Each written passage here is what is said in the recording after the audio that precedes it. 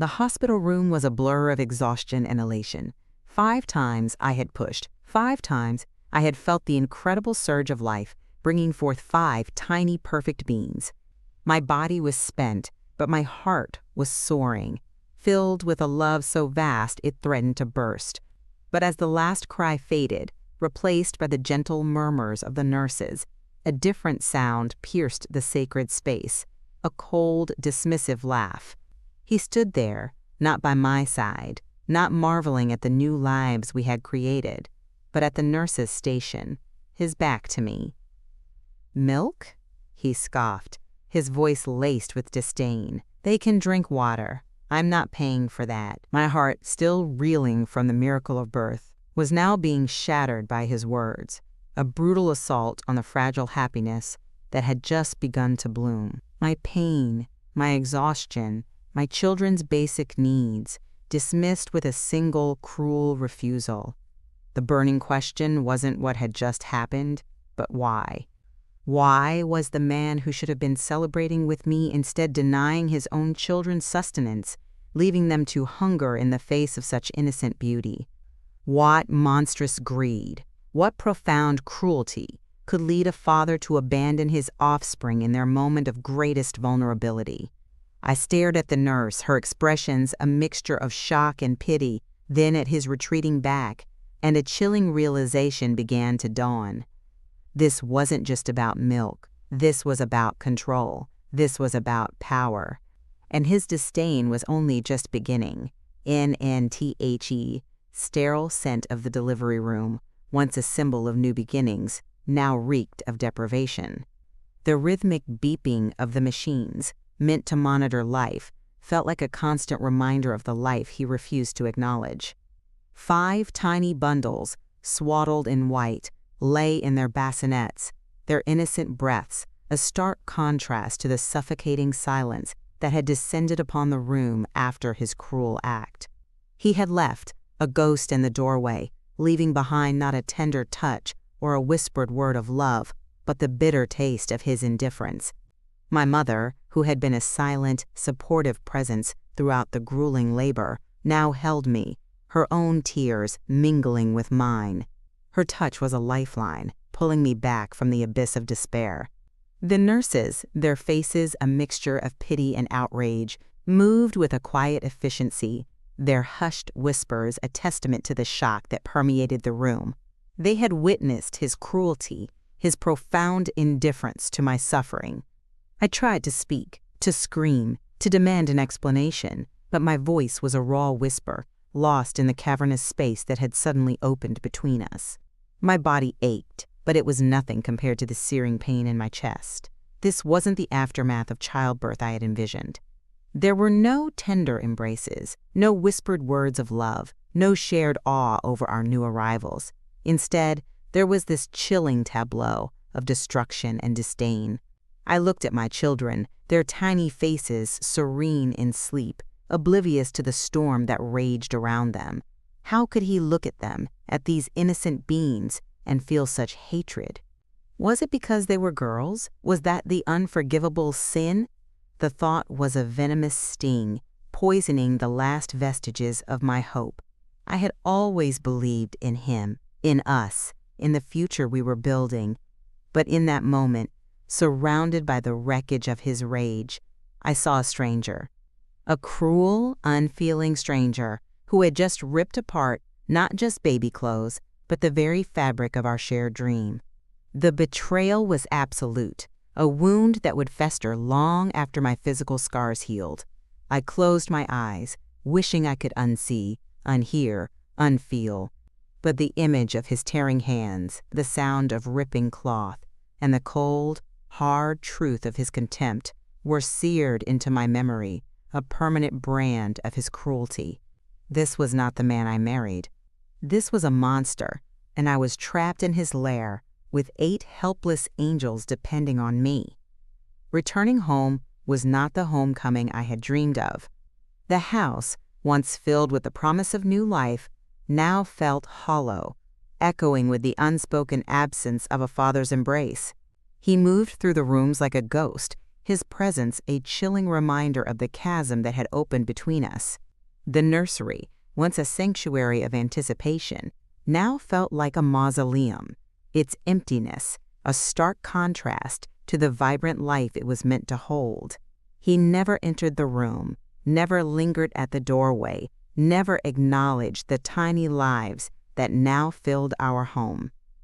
It was as if the nursery and the precious cargo within it were invisible to him, a burden he refused to acknowledge. I would spend hours there, rocking my daughters, singing lullabies, my voice a desperate attempt to fill the void left by his silence.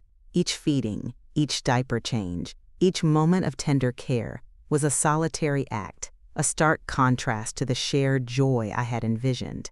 My mother, bless her unwavering spirit, tried to bridge the gap. She would gently place a baby in his arms, her eyes pleading, her voice soft with encouragement. But he would stiffen, his muscles rigid, his gaze fixed on some distant point beyond the child's innocent face. He would hold them for a fleeting moment, his touch hesitant, almost repulsed, before handing them back to me, his relief palpable. It was a ritual of rejection, played out again and again, each instance a fresh wound to my already bruised heart. The empty cradle of his affection was a constant ache, a reminder of the love that was withheld, the connection that was denied. I watched my daughters, their tiny hands reaching out, their eyes searching for a warmth that never came from him. How long would it be before they noticed, before they understood the silent rejection that permeated our home? The thought was a chilling premonition, a fear that gnawed at me day and night. I had to protect them, to shield them from the pain of his indifference. But how do you shield a child from the absence of a father's love? The house, once a symbol of our shared future, now felt like a cage, and I was trapped within its walls, with 7 innocent souls depending on me. The empty cradle was not just a physical space, it was a metaphor for the emotional void that threatened to consume us all. But I would not let it. I would fill that void with my love, with my strength, with my unwavering devotion. For them, I would be both mother and father, a fortress against the cold reality of his absence. NNTHE world outside our home became a mirror reflecting his silent scrutiny. Every outing, every visit, every interaction was tinged with the unspoken judgment of others.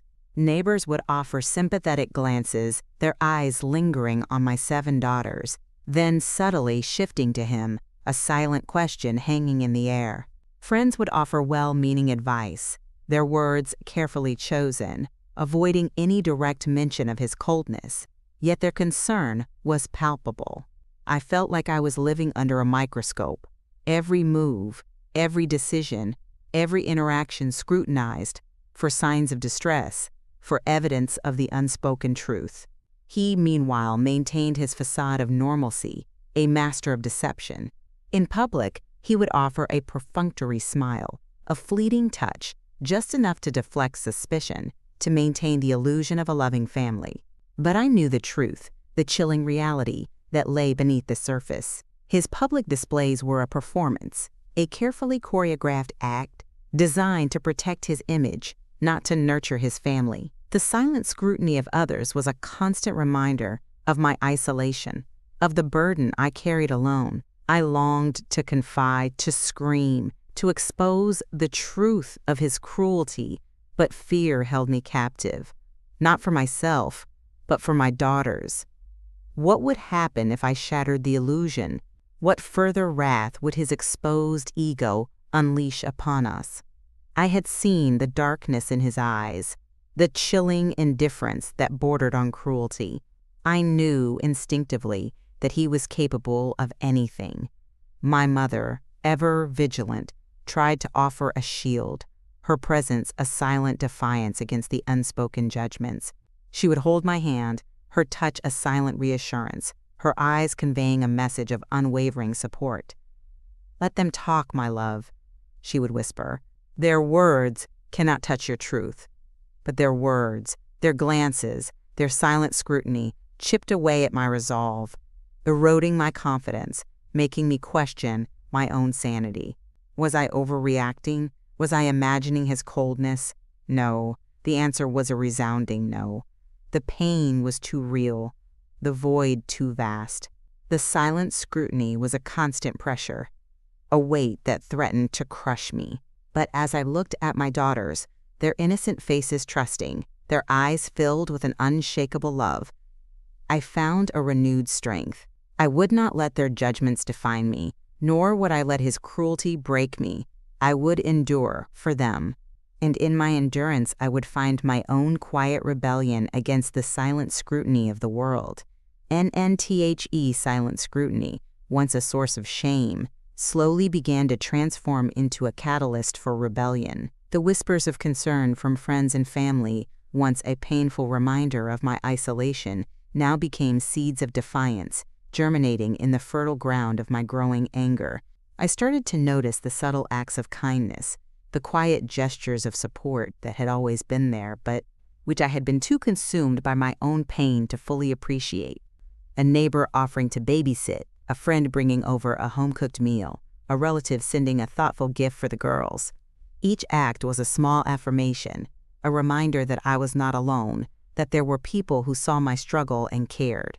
My mother, ever the strategist, began to subtly plant ideas, to gently push me towards action. She spoke of my rights, of the girls' rights, of the injustice of his behavior. She introduced me to stories of other women who had overcome similar struggles, their resilience, a beacon of hope in my own darkness. I started to read, to research, to educate myself about legal options, about support networks, about ways to reclaim my life. The fear was still there, a constant companion, but it was now tempered by a growing sense of empowerment. I began to see the cracks in his carefully constructed facade, the subtle signs of his insecurity, his fear of exposure. He thrived on control, on my silence, on my fear. But with each seed of rebellion that took root within me, his grip began to loosen, his power to wane. I started to speak up, subtly at first. Then, with increasing confidence, I would challenge his dismissive remarks, question his arbitrary rules, assert my own needs and the needs of my daughters. The change was imperceptible to him at first, a slow burn that he dismissed as postpartum hormones. But it was a fire, steadily growing, fueled by a righteous anger and an unwavering love for my children. The seeds of rebellion had been sown, and they were beginning to sprout, promising a harvest of freedom and justice. The path ahead would be fraught with challenges, but I was no longer walking it alone. I had an army of silent supporters, and a growing strength within me that would not be denied. The rebellion had begun, and I was ready to lead it. NNTHE, seeds of rebellion had blossomed into a full-blown determination, and the time had come for the unveiling of truth. The carefully constructed facade he had maintained for so long was about to crumble, exposed by the relentless light of reality. I had meticulously documented everything, every cruel word, every dismissive glance, every act of neglect. My mother, my unwavering ally, had helped me gather evidence, compiling a dossier of his indifference that was both heartbreaking and damning. We had consulted with lawyers, their faces grim as they absorbed the details of my living nightmare. They assured me that justice, though often slow, would prevail. The fear was still a cold knot in my stomach, but it was now overshadowed by a fierce resolve. This wasn't just about me. It was about my daughters, their right to a life free from the shadow of his rejection. The day I served him with the divorce papers was a blur of emotions. His face, usually so impassive, contorted into a mask of shock and disbelief, then quickly hardened into a familiar mask of rage. He tried to intimidate me, to threaten me, to remind me of his power. But I no longer cowered. I met his gaze, my own eyes reflecting a newfound strength, a quiet defiance that surprised even myself. The battle lines were drawn. He was the oppressor, and I, with my 7 innocent daughters, was the warrior. The legal proceedings began, a grueling process of depositions, hearings, and endless paperwork. He tried to discredit me, to paint me as an unstable, vengeful woman. He brought up old arguments, twisted my words, tried to undermine my credibility. But I held firm, my truth unwavering, my resolve unyielding. Each painful memory I recounted, each piece of evidence presented, was a step closer to freedom, a step closer to a new beginning for my daughters and me. The unveiling of truth was not just about exposing his cruelty. It was about reclaiming my voice, my dignity, my right to a life filled with love and respect. The storm was raging, but I was no longer a helpless victim. I was a force to be reckoned with, armed with the truth and an unwavering love for my children. And I knew with every fiber of my being that I would emerge from this stronger, more resilient, and ultimately free. NNTHE courtroom, a sterile arena of legal battles, became the stage for the verdict of the heart.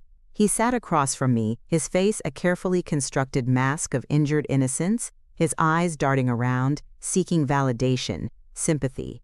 But the truth, once unveiled, cast a long shadow over his carefully crafted lies. My lawyer, a beacon of unwavering resolve, presented our case with a quiet power that resonated through the room. She laid bare his chilling indifference, his profound rejection of his own daughters, his systematic emotional abuse. The testimony of my mother, my friends, and even some of his own relatives painted a damning picture of a man devoid of empathy, consumed by his own selfish desires. I testified, my voice clear and steady, recounting the painful details of his refusal to acknowledge his children, his refusal to carry them, his refusal to love them. I spoke of the silent suffering, the unseen burden, the empty cradle of his affection. My words were not filled with anger, but with a quiet sorrow, a profound disappointment that resonated with the judge, a woman whose eyes held a deep understanding. His lawyer, a slick, condescending man, tried to discredit me, to paint me as a bitter, vengeful woman. He twisted my words, questioned my motives, tried to undermine my credibility. But I held firm, my gaze unwavering, my truth undeniable. The judge listened intently, her expression unreadable, but I could feel the weight of her consideration, the gravity of her decision. The hours dragged on, each moment a test of endurance, a battle of wills. But through it all, I held on to the image of my daughters, their faces a constant reminder of what I was fighting for. The verdict, when it finally came, was not just a legal pronouncement. It was a verdict of the heart.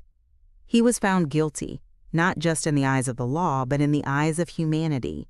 His lies were shattered, his cruelty exposed, his indifference laid bare for all to see. The reckoning was complete, and for the first time in a long time, I could breathe freely, the suffocating weight lifted from my chest. The battle was won, but the war for healing had just begun. And I knew, with a certainty that transcended all doubt, that my daughters and I would emerge from this stronger, more resilient, and ultimately free. NNTHE courtroom doors closed behind me, and the sunlight, once a distant memory, now felt like a warm embrace. The verdict had been delivered, a resounding affirmation of justice, a declaration of my freedom. He was gone from my life, his shadow banished, his power over me shattered. The relief was immense, a physical lightness that made me feel as if I could float. But it wasn't just relief, it was a profound sense of peace, a quiet joy that settled deep within my soul. My mother was there, her arms open, her eyes brimming with tears of pride and love. We embraced, a silent communion of shared struggle and hard-won victory. The journey had been long and arduous, filled with pain, fear, and uncertainty, but we had emerged, bruised but not broken, stronger than ever before.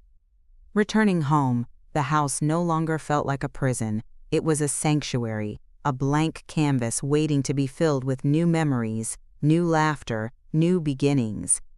I looked at my daughters, playing in the living room, their innocent giggles echoing through the once silent halls. They were thriving, blossoming, their spirits untouched by the darkness that had once threatened to consume us. I began to rebuild my life, piece by piece, with the unwavering support of my family and friends. I found a new job, enrolled in classes, and started to rediscover the woman I had been before the storm. The scars remained, a testament to the battles I had fought, but they no longer defined me. They were a reminder of my strength, my resilience, my capacity for survival. And as I watched my daughters grow, their personalities blooming, their futures stretching bright before them, I knew that every struggle, every tear, every moment of fear had been worth it. Justice had found its way, not just in the courtroom, but in the quiet triumph of our everyday lives. We were free, we were safe, and we were loved. The embrace of a new dawn had arrived, and it was more beautiful than I could have ever imagined. My story was not one of victimhood, but of victory, a testament to the enduring power of love, resilience, and the unwavering pursuit of justice. And as I held my daughters close, I knew that our future, unburdened by the past, was finally ours to write.